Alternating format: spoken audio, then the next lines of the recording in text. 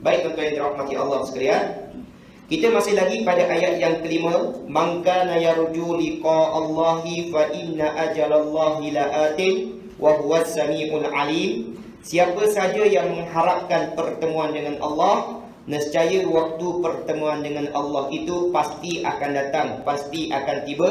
Wa huwas samiul alim, dialah Allah yang maha mendengar lagi maha mengetahui. Baik tuan-tuan, kita masih lagi belum masuk perbahasan ayat kita, betul tuan?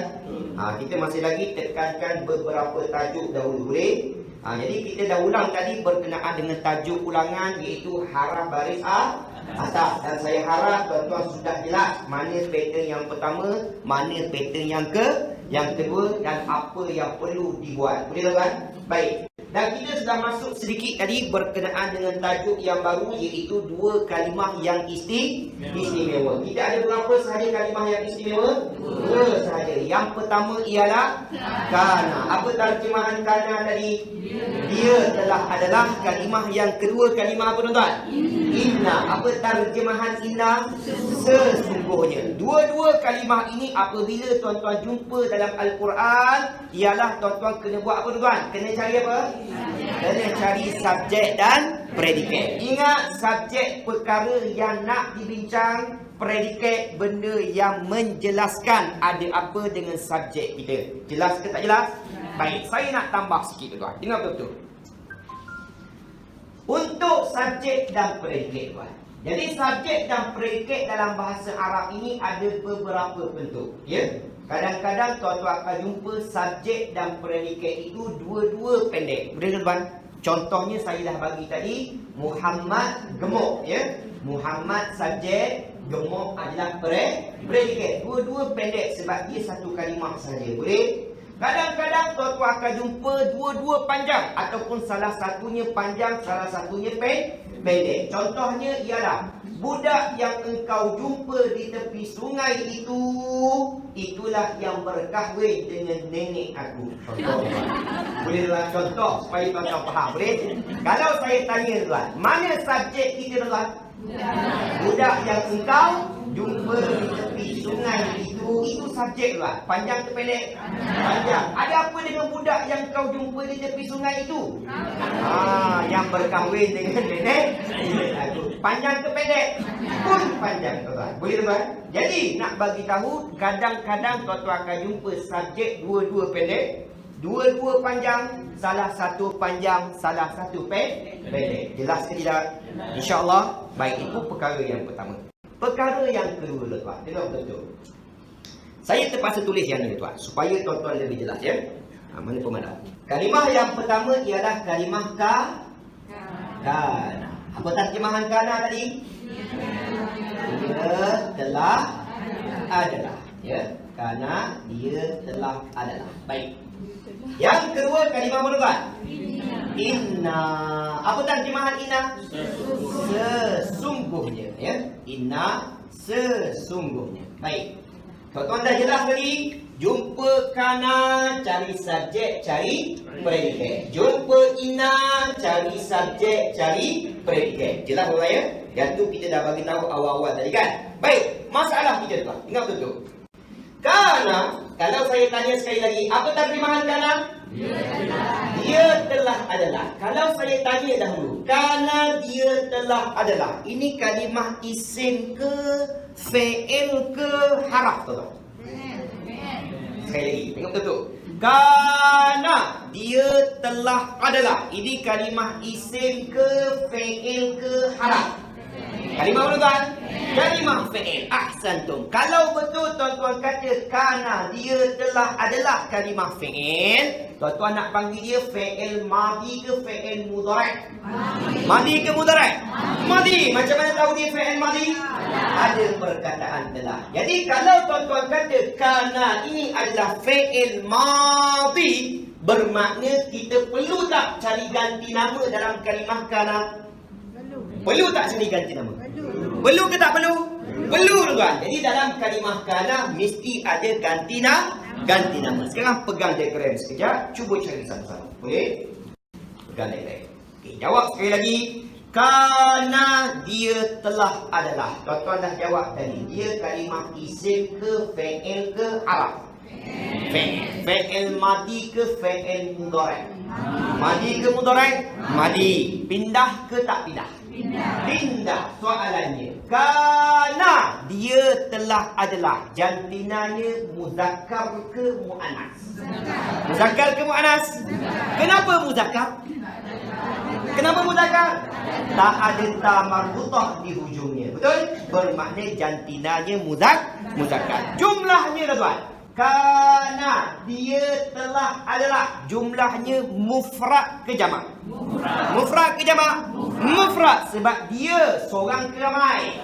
Seorang saja. Bermakna jumlahnya mufrad. Yang terakhir tuan. Kana dia telah adalah, ganti nama yang pertama ke yang kedua ke yang ketiga?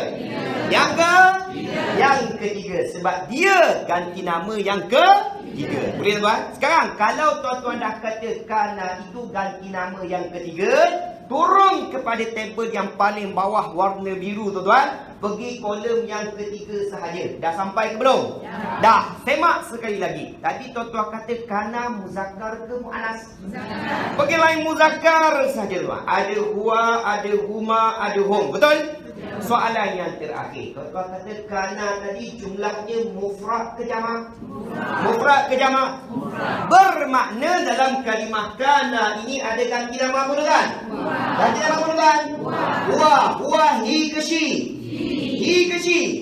Hi tuan. Boleh? Jadi tuan-tuan kena ingat dalam kalimah kana ada huwa ataupun hi. Ya. Boleh tuan-tuan? Jelas tuan? Baik, soalan yang kedua. Cuba tengok kalimah yang kedua pula tuan. Cuba sebut inna.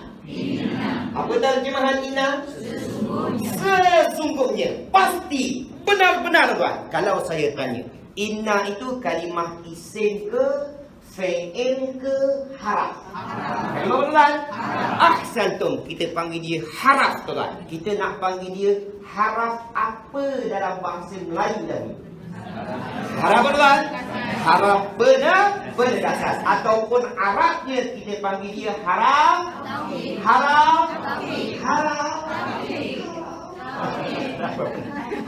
Dengar yang depan-depan je lah. Belakang tak buat pendengar dengar. Baik, cuba sebut tuan. Taukid.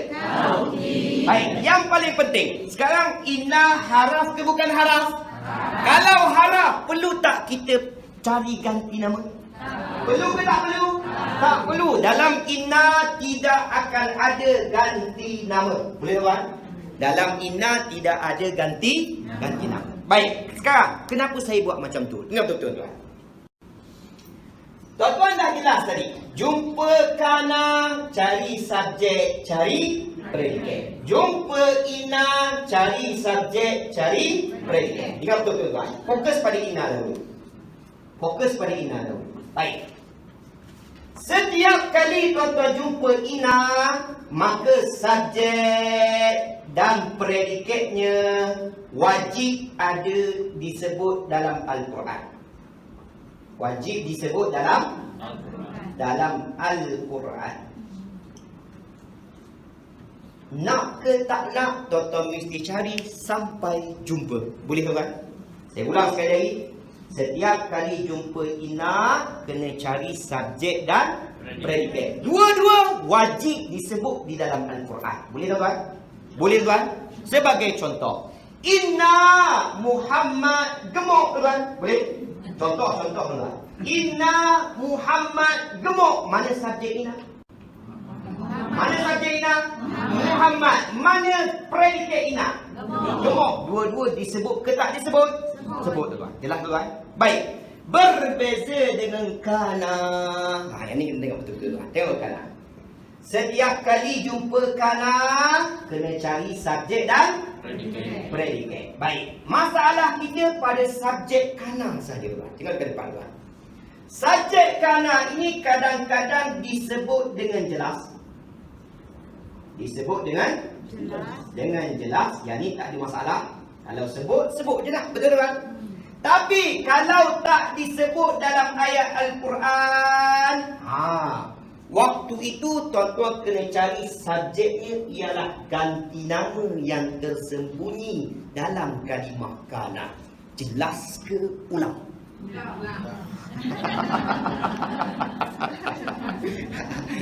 Jelas ke ulang? Ulang. Baik, fokus pada kana. Boleh? Fokus pada ina dulu. Jumpa ina kena cari apa? Subjek dan predikat. Subjeknya akan disebut ke tidak? Confirm akan disebut. Predikatnya akan disebut ke tidak? Confirm akan disebut. Boleh tuan-tuan? Sebab inna ini dia adalah kalimah haraf. Di dalam inna tidak ada apa-apa ganti nama. Nak ke tak nak, wajib ada disebut di dalam Al-Quran. Boleh tuan? Boleh? Inna tak ada masalah. Betul tuan? Baik. Masalah kita ialah kalimah kana. Baik. Tuan-tuan dah ingat dah jawab tadi. Tiap-tiap kali jumpa kana kena cari apa dulu? Subjek dan predikat. Baik. Subjeknya sahaja yang menjadi masalah. Ketika mana subjeknya disebut di dalam Al-Quran, maka tuan-tuan kena buat apa? Sebut sajalah. Sebab sudah disebut dalam Al-Quran. Boleh? Masalahnya, kalau subjeknya tidak disebut di dalam Al-Quran, maka waktu itu subjeknya tuan-tuan kena cari dekat mana? Kena cari dekat mana? Dalam kalimah apa tuan? Dalam kalimah kana. Dalam kalimah kana tadi tuan-tuan jumpa ganti nama apa? Huwa itu sebenarnya subjek kita. Faham ke? Sebagai contoh lagi. Tak lepas lagi. Lepas.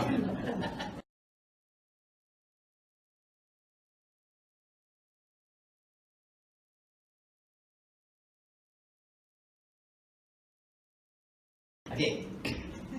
Saya buat 3 contoh, boleh? Okey. Yang pertama. Inna, apa terjemahan inna? Muhammad gemuk. Boleh? Itu yang pertama. Kesian betul Muhammad kan? Baik. Yang kedua. Kana, apa terjemahan kana? Muhammad gemuk. Gemuk lagi. Baik. Kana gemuk. Boleh tak? Kana gemuk. Boleh tak? Baik. Sekarang, apa terjemahan kana sekali lagi? Dia adalah.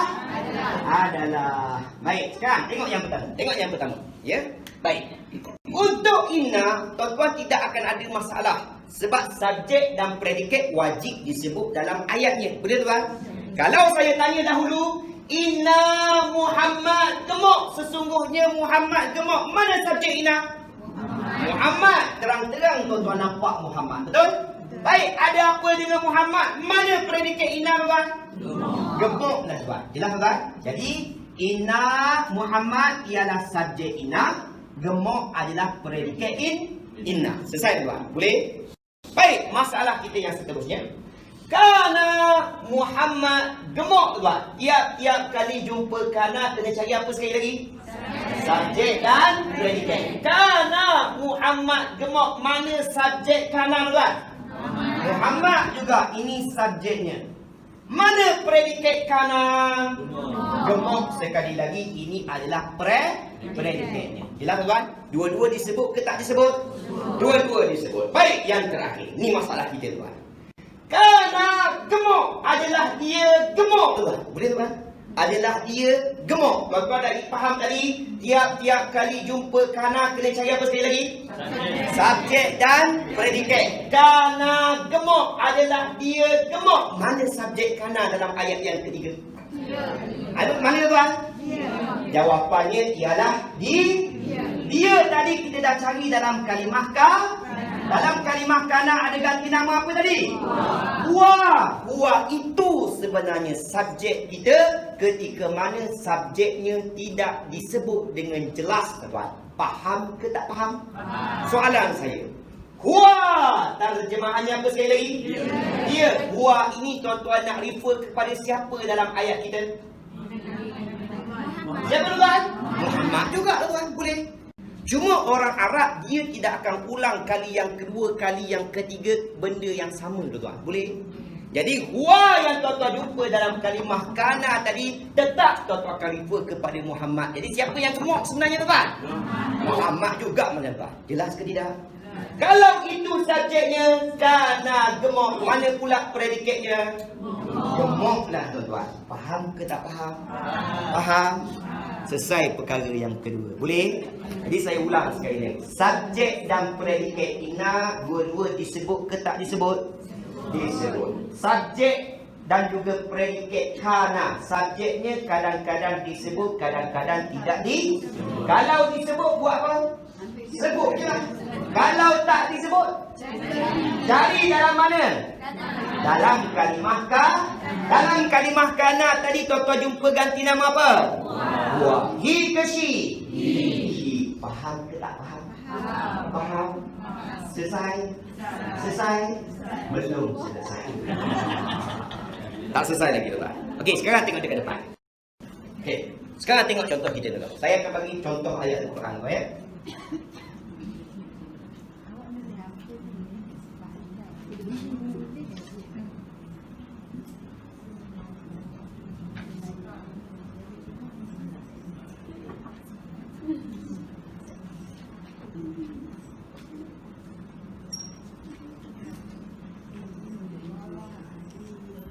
Baik, kalau saya tanya tuan, apa terjemahan inna? Sesungguhnya. Apa terjemahan kana? Dia telah adalah. Apa kalimah Allah? Allah lah. Apa terjemahan alim? Boleh tuan? Maha. Hebat tuan-tuan pagi ni tu Semua kalimah tahu kan? Inna sesungguhnya kana dia telah adalah Allah alim maha mengetahui. Baik, jadi tengok tuan. Inna sesungguhnya Allah maha mengetahui. Kana Allah alim adalah Allah itu maha mengetahui. Tuan-tuan dah faham tadi? Tiap-tiap kali jumpa inna dan jumpa kana kena cari apa tuan? Subjek dan predikat. Kalau saya tanya innallah alim, mana subjek inna? Allah. Mana predikat inna? Alim. Samalah dengan dekat bawah kan? Kana Allah alim, mana subjek kana? Allah juga. Mana predikat kana? Alim. Itu perkara yang pertama yang saya bagi tahu tadi. Tiap-tiap kali jumpa inna dan jumpa kana, wajib cari subjek dan predikat. Baik, perkara yang kedua. Dengar betul-betul. Yang ini sangat penting tuan. Perkara yang kedua, selepas tuan-tuan dah cari subjek dan juga predikatnya tuan, sebenarnya inna dan juga kana ini akan membariskan subjek dan predikatnya dengan baris yang tertentu. Dengan baris apa tuan? Baris yang tertentu. Jadi tengok dekat depan. Inna akan membariskan subjeknya dengan baris atas, predikatnya dengan baris depan. Maka tuan-tuan wajib baca innallaha alimun. Boleh tuan-tuan? Itu peranan inna. Kalau kana pula akan membaris depankan subjeknya, membaris ataskan predikatnya, maka tuan-tuan wajib baca kanallahu alima. Boleh tuan-tuan? Jadi sebab itu kalau tuan-tuan baca ayat Al-Quran, sekejap innallaha alimun, betul tuan? Sekejap inkanallahu aliman, siapa punya kerja sebenarnya? Inna dan juga kana yang berada di depan itu yang memberikan barisnya tuan. Jelas ke tak jelas? Jelas ke tak jelas? InsyaAllah. InsyaAllah. Jangan tulis lagi. Jawab dulu soalan. Inna Muhammad gemuk. Boleh? Letak baris tuan. Inna Muhammad gemuk. Baik. Inna Muhammad gemuk tuan. Mana subjek inna? Mana predikat inna? Subjek inna kena baris apa? Predikatnya kena baris apa? Inna Muhammad gemuk. Gemuk. Mana apa tuan? Gemuk. Jadi gemuk. Ku. Faham ke tak faham? Kalau saya tukar kepada kana Muhammad gemuk. Faham ke tak faham? Jadi selepas ini mana-mana bahasa Melayu pun sebenarnya boleh letak baris. Faham? Faham ke tak faham? Contoh yang kedua, Fatimah cantik tadi. Boleh? Boleh? Letak baris betul-betul tuan. Saya letak Inna dekat depan. Letak baris betul-betul. Inna Fatimah. Fatimah. Kenapa ha tuan? Hujungnya ta kan? Jadi Fatimah ta cantik. Cantik. Cantik. Hu. Boleh tuan? Okey, kalau saya letak kana pula. Kana Fatimah. Fatimah cantik. Cantik. Cantik. Dah. Kalau saya tak nak letak dua-dua macam mana? Fatimah. Jadi dengar betul. Inna dengan kana ini dua tajuk yang paling payah tuan-tuan nak ingat baris asasnya. Boleh? Sebab siapa yang ingat inna, automatik dia akan ingat kana. Boleh? Siapa yang ingat kana, automatik dia akan ingat inna. Sebab dia bersilang saja. Betul tak? Ya? Jadi ingat inna, confirm ingat kana. Betul? Kalau ingat kana, confirm ingat inna. Tapi kalau tak ingat dua-dua, balik awal.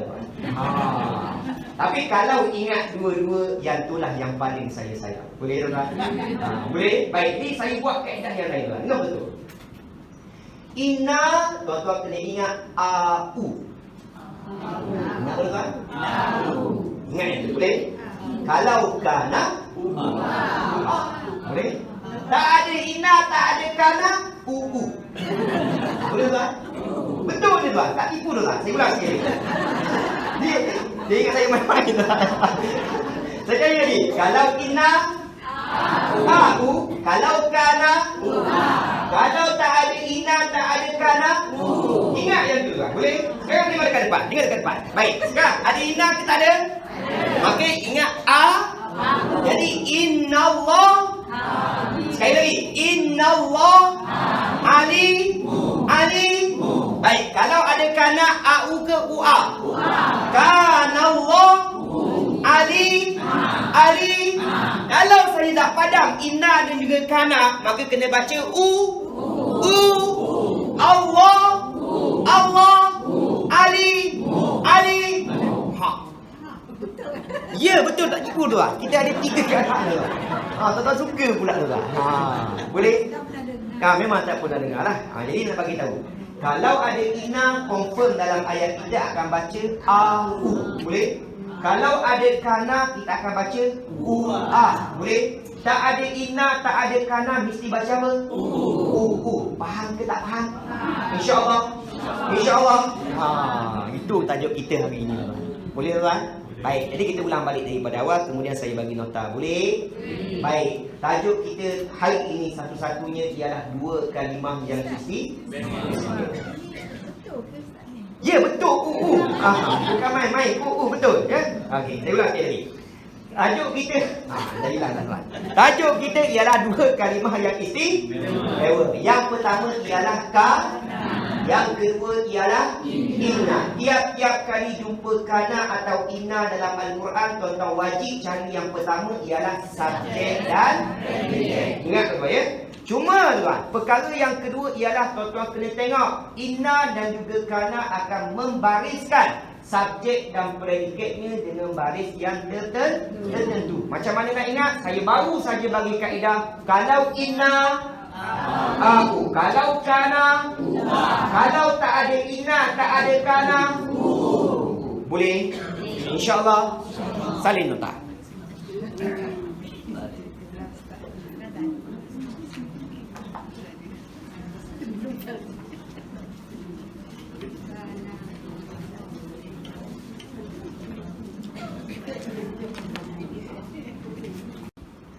Perkara yang kedua, selepas tuan-tuan dah cari subjek dan juga predikatnya, kan?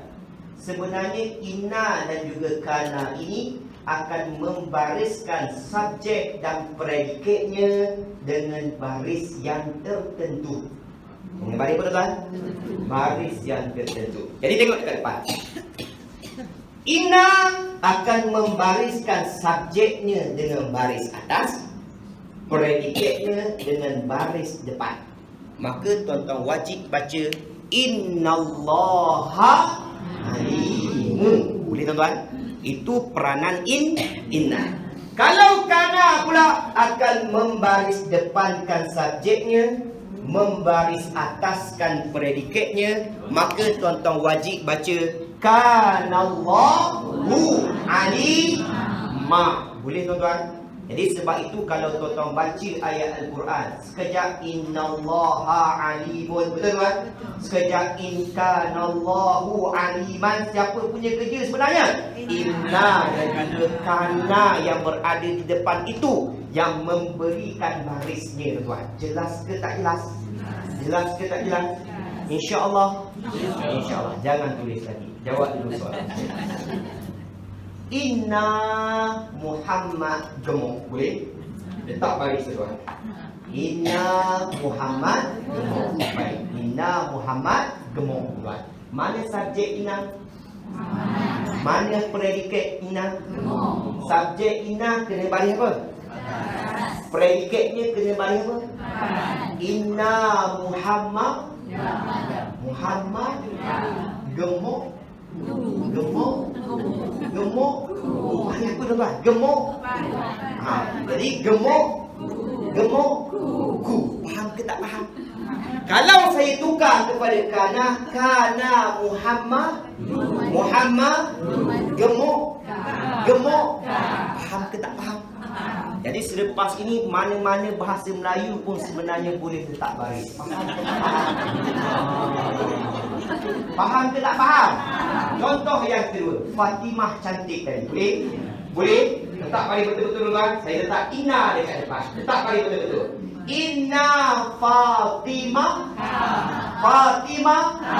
Kenapa ha tuan? Ujungnya ta kan? Jadi Fatimah ta cantik. Ku. Boleh tuan? Okey, kalau saya letak kana pula. Kana Fatimah cantik. Ya, kalau saya tak nak letak dua-dua macam mana? Fatimah. Jadi dengar betul. Inna dengan kana ini dua tajuk yang paling payah tuan-tuan nak ingat baris asasnya. Boleh? Sebab siapa yang ingat inna, automatik dia akan ingat kana. Boleh? Siapa yang ingat kana, automatik dia akan ingat inna. Sebab dia bersilang saja. Betul tak? Ya? Jadi ingat inna, confirm ingat kana. Betul? Kalau ingat kana, confirm ingat inna. Tapi kalau tak ingat dua-dua, balik awal. Tapi kalau ingat dua-dua, yang itulah yang paling saya sayang. Boleh tuan? Boleh? Baik, ni saya buat kaedah yang lain tuan. Ingat betul? Inna, tuan-tuan kena ingat au. Ingat betul tuan? Ingat itu, boleh? Kalau kana, boleh? Tak ada inna, tak ada kana, boleh tuan? Betul ni tuan? Tak tipu tuan? Saya ulang sekali. Dia ingat saya main-main tuan. Saya kata lagi. Kalau inna, aku. Kalau kana, kalau tak ada inna, tak ada kana, ingat yang tu tuan. Boleh? Sekarang tengok dekat depan. Tengok dekat depan. Baik. Sekarang ada inna ke tak ada? Maka ingat a. Jadi innallah. Sekali lagi. Innallah ali. Baik, kalau ada kana au ke ua? Kanallah ali. Kalau saya tak padam inna dan juga kana, maka kena baca u. Allah ali. Ya, betul tak tipu tuan? Kita ada 3 kana tuan. Tuan-tuan suka pula tuan. Boleh? Memang tak pernah dengar lah. Jadi saya bagi tahu. Kalau ada inna, confirm dalam ayat kita akan baca au. Boleh? Kalau ada kana, kita akan baca ua. Boleh? Tak ada inna, tak ada kana, mesti baca apa? Faham ke tak faham? InsyaAllah. Itu tajuk kita hari ini. Boleh tuan? Baik, jadi kita ulang balik daripada awal, kemudian saya bagi nota. Boleh? Baik, tajuk kita hari ini satu-satunya ialah dua kalimah yang istimewa. Ya, betul. Bukan main-main. Betul. Ya? Okey, saya ulang sekali lagi. Tajuk kita jadilah tuan. Tajuk kita ialah dua kalimah yang istimewa. Yang pertama ialah ka, yang kedua ialah inna. Tiap-tiap kali jumpa kana atau inna dalam Al-Quran, tuan-tuan wajib cari yang pertama ialah subjek dan predikat. Ingat apa ya? Cuma tuan, perkara yang kedua ialah tuan-tuan kena tengok inna dan juga kana akan membariskan subjek dan predikatnya dengan baris yang tertentu. Macam mana nak ingat? Saya baru saja bagi kaedah. Kalau inna, aku. Kalau kana, kalau tak ada inna, tak ada kana, boleh? InsyaAllah. Salin nota.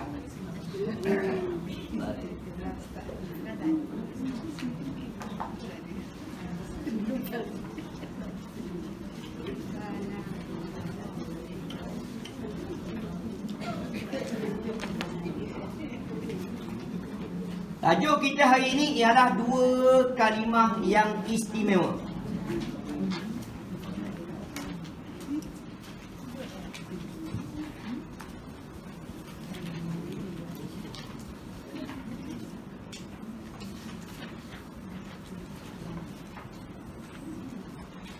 Fungsinya ada dua.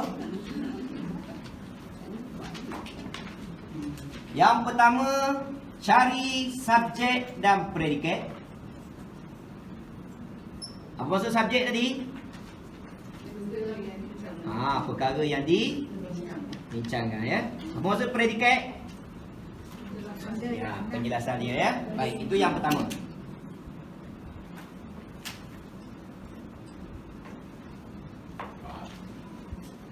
Yang kedua, membariskan.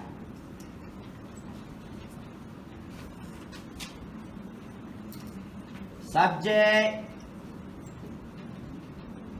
dan predikat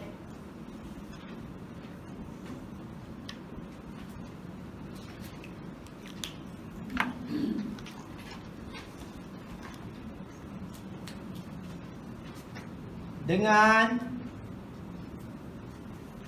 baris tertentu.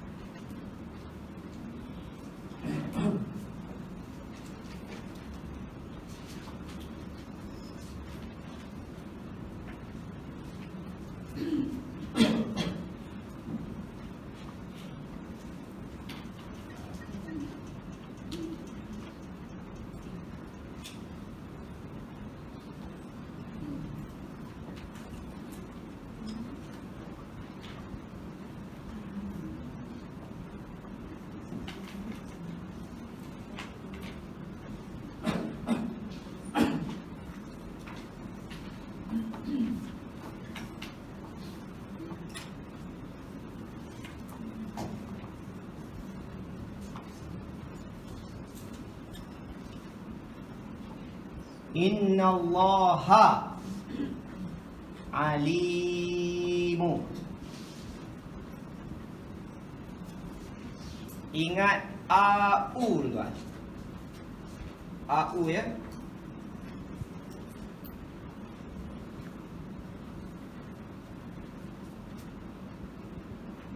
Kanallahu alima.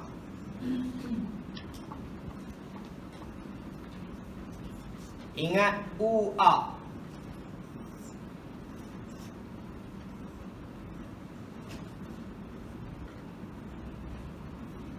SP itu subjek predikat ya. Itu saja. Okey, sambil-sambil tuan-tuan tulis, saya baca saja supaya yang belakang boleh nampak dan boleh tulis. Sambil-sambil Amir pun dia ambil gambar.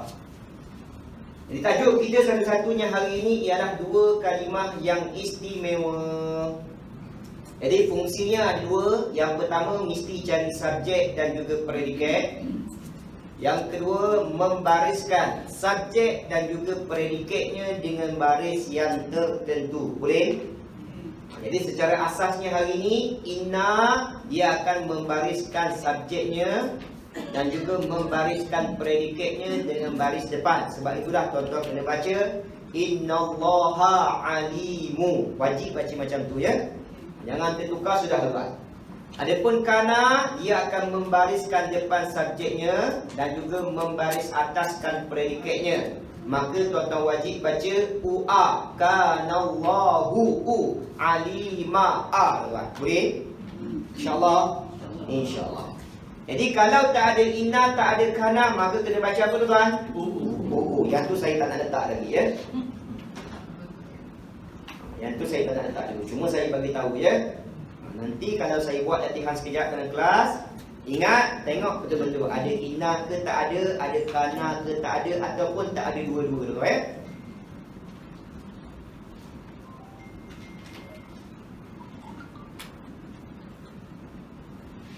InsyaAllah semua jelas? Jelas ya?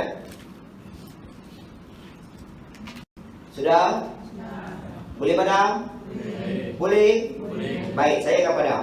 Sebab dalam ayat kita ada dua kalimah tersebut. Cuba fokus. Yang pertama, fokus inna dulu tuan. Inna ajalallahi la'atin. Jumpa ke tak jumpa? Jumpa ke tak jumpa?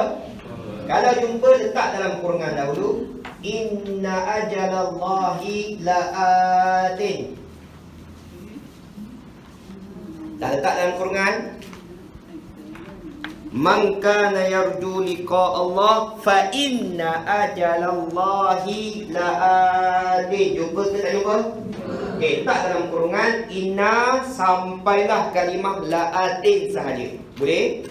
Inna sampai la'atin sahaja. Baik. Jadi inna ajalallahi la'atin, terjemahannya sesungguhnya waktu pertemuan dengan Allah itu pasti akan datang. Saya ulang sekali lagi. Sesungguhnya waktu pertemuan dengan Allah itu pasti akan datang. Dalam ayat kita ada perkataan inna, betul? Inna terjemahannya apa dahulu? Sesungguhnya. Dia salah satu daripada kalimah yang istimewa, betul? Tiap-tiap kali tuan-tuan jumpa inna, tuan-tuan wajib cari apa dahulu? Subjek dan predikat. Baik, soalan saya, dengar betul-betul. Inna ajalallahi la'atin. Sesungguhnya waktu pertemuan dengan Allah itu pasti akan datang. Mana subjek inna pada pagi ini tuan-tuan? Waktu saja ke? Waktu saja ke tuan-tuan? Waktu pertemuan dengan Allah. Mana subjek kita pada pagi ini? Ajalah sahaja ke ajal Allah? Ajalah ke ajal Allah? Kita nak bincang untuk ayat yang pertama ialah waktu pertemuan dengan Allah. Ajal Allah. Cuba gariskan. Itu adalah subjek inna pada pagi ini. Itu adalah subjek inna pada pagi ini. Boleh? Baik, seterusnya. Ada apa dengan waktu pertemuan dengan Allah? Mana predikat inna tuan? Mana predikat inna tuan? Pasti akan datang. Apa Arabnya tuan? La'atin, garis tuan. Itu adalah predikatnya sebenarnya tuan. Boleh? Jadi barulah tuan-tuan faham. Allah nak bagi tahu sesungguhnya waktu ajal ataupun waktu pertemuan dengan Allah itu confirm tuan. Tak akan nafi, pasti akan datang. Itu maksudnya tuan. Jelas tidak tuan? Kalau tak buat macam tu sampai bila-bila lah tuan-tuan tak akan faham apa benda lah yang kita baca. Faham ke tak faham tuan? Baik, soalan yang seterusnya. Jadi saya tanya sekali lagi, mana subjek inna sekali lagi? Cuba baca sama-sama. 1, 2, 3. Ajalallahi. Mana predikat kita? Cuba baca sama-sama. 1, 2, 3. La'atin. Baik, sekarang tengok betul-betul. Tadi tuan-tuan dah kata inna barisnya au ke ua? Inna au ke ua? Au. Subjeknya a, predikatnya u. Betul tak? Sekarang sekali lagi, kalau saya tanya ajalallahi, Subjeknya mesti berbaris apa? Berbaris atas. Cuba perhati kalimah ajalah. Ajalah hujungnya berbaris apa? Berbaris atas. Jadi confirm ajalallahi itu adalah subjeknya. Boleh tuan? Baik, sekarang mana predikatnya sekali lagi? La'atin. Baik, predikat ina mesti berbaris depan ke berbaris atas? Au ke ua? Au bermakna baris apa? Baris depan. Tapi dalam ayat kita atin baca baris depan ke baris bawah? Kenapa tidak baca baris depan? Kenapa tak baca baris depan tuan? Belum sampai waktu. Jadi tuan, yang asalnya mesti berbaris apa? Kalau ikut kaedah asalnya mesti baca atin ke atun? Atun. Tapi kenapa tak baca atun? Tunggu lagi 2 minggu. Boleh tuan? InsyaAllah. InsyaAllah. Jadi tuan, yang penting tuan, dengar betul-betul.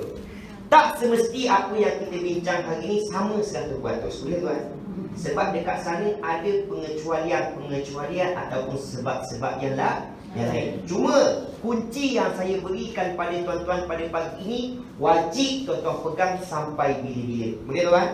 Inna a'u kana u'a. Tak ada inna, tak ada kana u'u. Boleh tuan-tuan? InsyaAllah. InsyaAllah. Baik, kita ada satu lagi kana. Betul? Baik, sekarang tengok kana pula tuan. Kana yarju liqa Allahi. Sebelum ayat inna ajalah tadi tuan, letak dalam kurungan juga kana sampailah kalimah Allahi. Boleh? Kana sampai kalimah apa tuan? Allahi. Semua dah letak dulu? Dah. Baik. Jadi kana yarju liqa Allahi terjemahannya adalah dia mengharapkan pertemuan dengan Allah. Saya ulang sekali lagi. Adalah dia mengharapkan pertemuan dengan Allah. Soalannya ialah dalam ayat kita ada kalimah kana, betul ke tidak? Apa terjemahan kana sekali lagi? Ia adalah tiap-tiap kali jumpa kana mesti cari apa tuan? Mesti cari apa tuan? Subjek dan predikat. Soalannya, kana yarju liqa Allah, mana subjek kana pada pagi ini? Adalah dia mengharapkan pertemuan dengan Allah. Mana subjek kana pada pagi ini? Apa dia tuan? Apa dia tuan? Jawapannya adalah tak berapa nak keluar. Sekali lagi. Kana yarju liqa Allah. Adalah dia mengharapkan pertemuan dengan Allah. Kita nak bincang pasal apa tuan? Dia tuan. Jadi dia itu tuan-tuan nampak ke tak nampak? Tak nampak sebab dia adalah ganti nama yang tersembunyi dalam kalimah kana. Saya dah bincang ke belum tadi? Dah. Subjek kita untuk kana tidak disebut dengan jelas hari ini.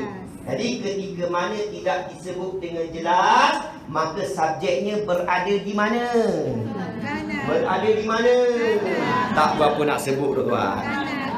Dalam kalimah kana. Baik, saya tulis balik.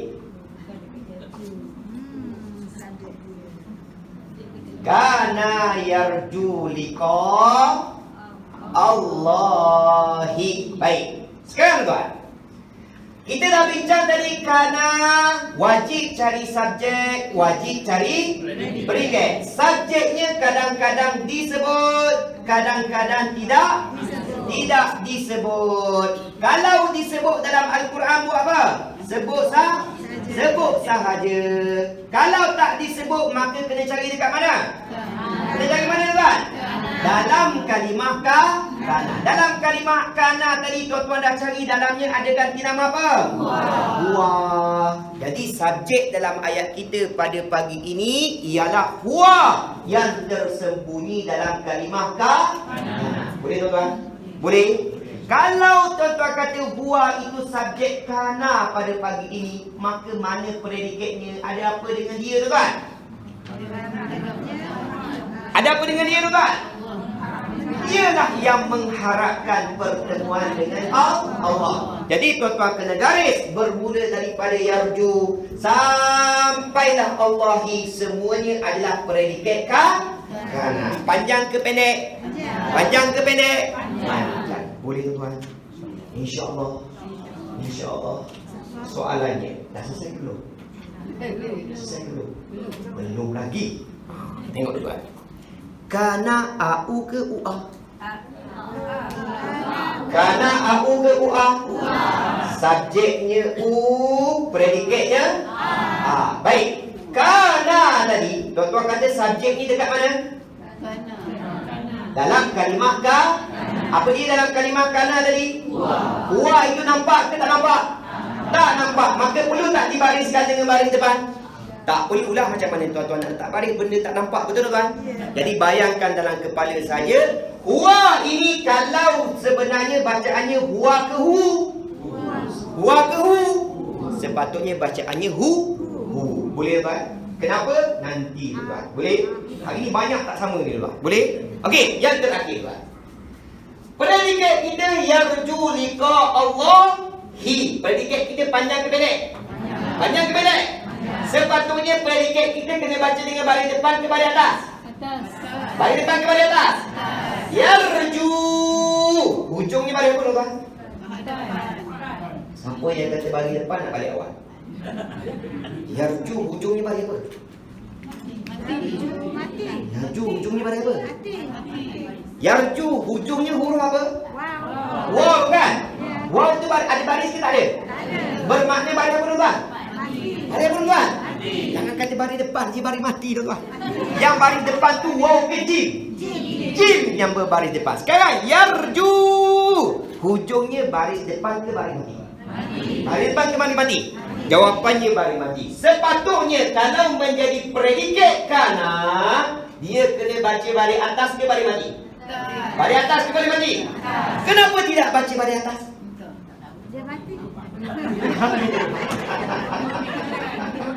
Jawapannya minggu seterusnya. Boleh tak? Boleh? Jadi sama ke tak sama? Tak sama. Jadi saya dah bagi tahu banyak yang tak sama. Tapi yang asalnya mesti dipegang sampai bila? Boleh tuan? Ulang sekali lagi secara ringkas. Jumpa inna, jumpa kana, wajib cari apa tuan? Subjek dan predikat. Inna, au ke ua? Au. Kana, au ke ua? InsyaAllah. InsyaAllah. InsyaAllah. Tengok masa sekejap.